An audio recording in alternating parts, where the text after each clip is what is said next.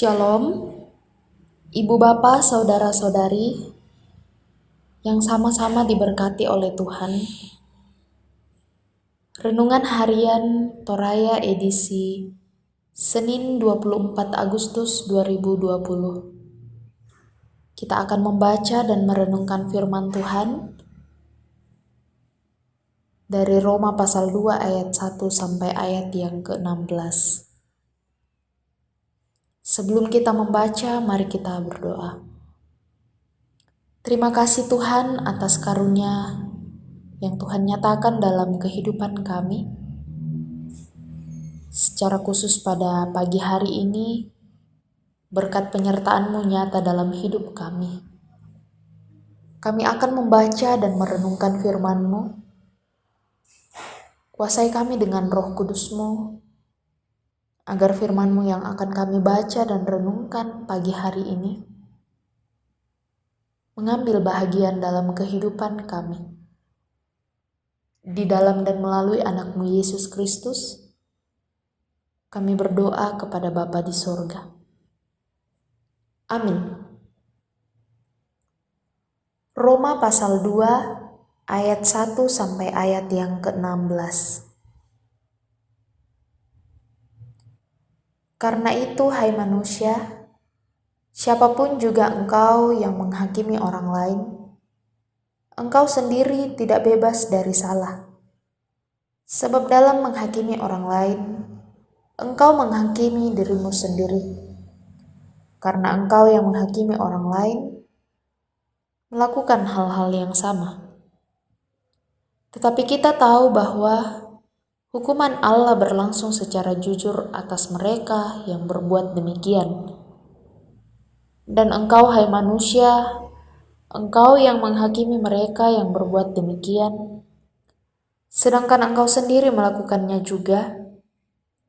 Adakah engkau sangka bahwa engkau akan luput dari hukuman Allah? Maukah engkau menganggap sepi kekayaan kemurahan-Nya, kesabarannya, dan kelapangan hatinya? Tidakkah engkau tahu bahwa maksud kemurahan Allah ialah menuntun engkau kepada pertobatan? Tetapi oleh kekerasan hatimu yang tidak mau bertobat, engkau menimbun murka atas dirimu sendiri. Pada hari waktu mana murka dan hukuman Allah yang adil akan dinyatakan.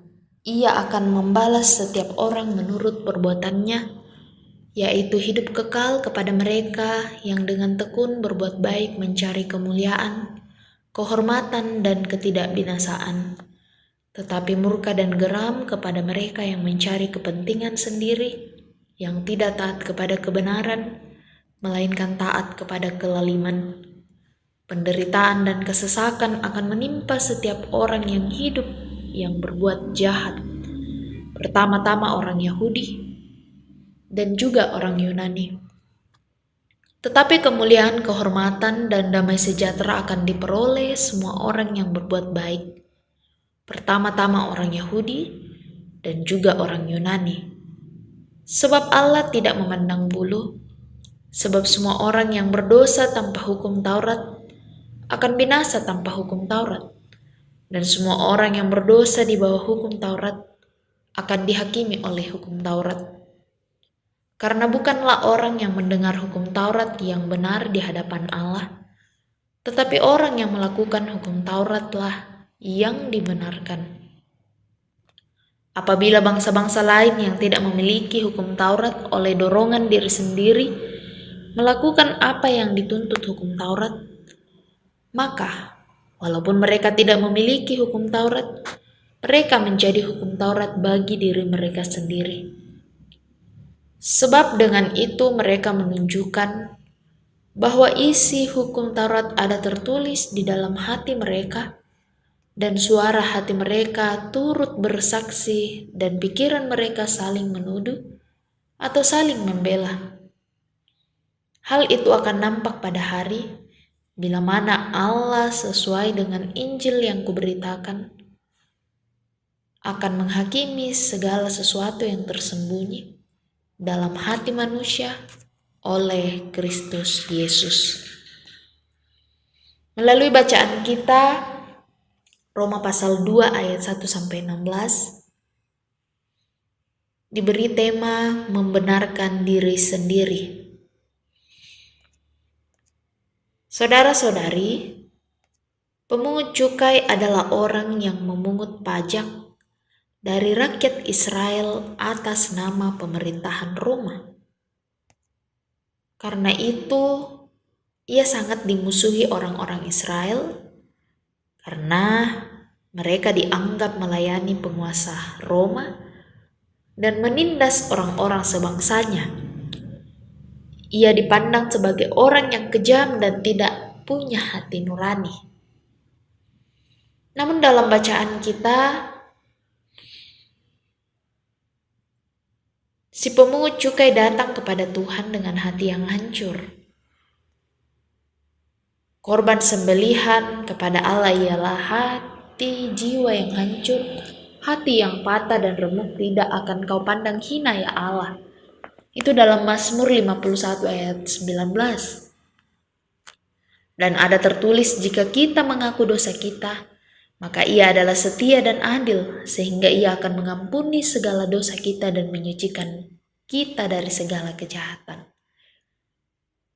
Nah, pemungut cukai mengakui segala dosa dan pelanggaran kepada Tuhan dengan penuh kerendahan hati, dan ia berkenan sehingga orang ini pulang ke rumahnya sebagai orang yang dibenarkan Allah dan orang lain itu tidak.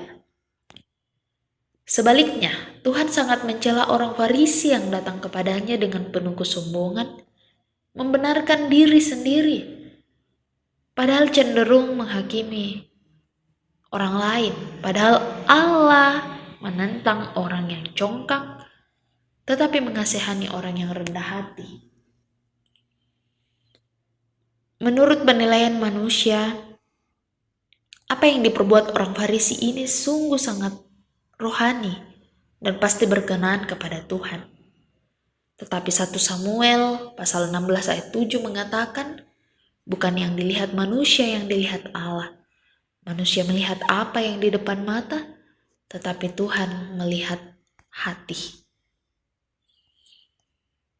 Tuhan tahu persis motivasi kita saat mengerjakan sesuatu, beribadah, memuliakan Tuhan. Ia tidak bisa dikelabui dengan aktivitas-aktivitas rohani, persekutuan, merasa benar sendiri, beda dengan dibenarkan oleh Tuhan. Jadi jangan sekali-kali menganggap rendah orang lain yang menjadi sombong sehingga mata hati kita pun tertutup terhadap kekurangan dan kelemahan diri sendiri. Efesus pasal 2 ayat 9 mengatakan, kita diselamatkan semata-mata karena kasih karunia Tuhan kita, Yesus Kristus. Keselamatan, anugerah yang sudah kita peroleh cuma-cuma. Efesus pasal 2 ayat 9 mengatakan, jangan ada orang yang memegahkan diri. Orang yang meninggikan diri akan direndahkan oleh Tuhan. Terpujilah Tuhan. Amin. Mari kita berdoa. Terima kasih Tuhan untuk firman-Mu hari ini. Terus menguatkan iman percaya kami dalam menjalani hidup anugerah Tuhan yang Tuhan nyatakan bagi masing-masing kami. Berkati persekutuan dalam keluarga, Bapak, Ibu, saudara-saudari, dalam menjalankan aktivitas, bahkan kegiatan, dalam tugas tanggung jawab, dalam keluarga. Berkati ya Tuhan, beri kekuatan dan kesehatan, hikmat daripada Tuhan. Berkati juga orang tua dalam menjalani masa lanjut usia, beri kekuatan bagi mereka, pengharapan. Hanya di dalam Tuhan nyata kasih.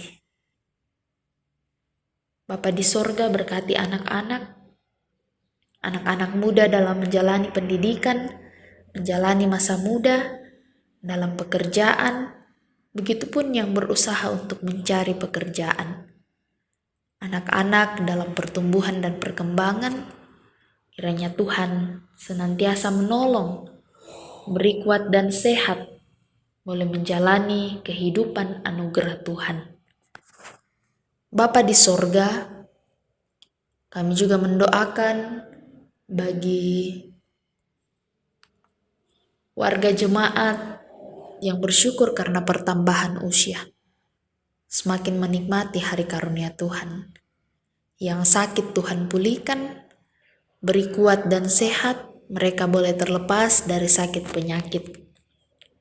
Yang berduka Tuhan hiburkan, Tuhan yang menjadi penghibur sejati bagi segenap keluarga.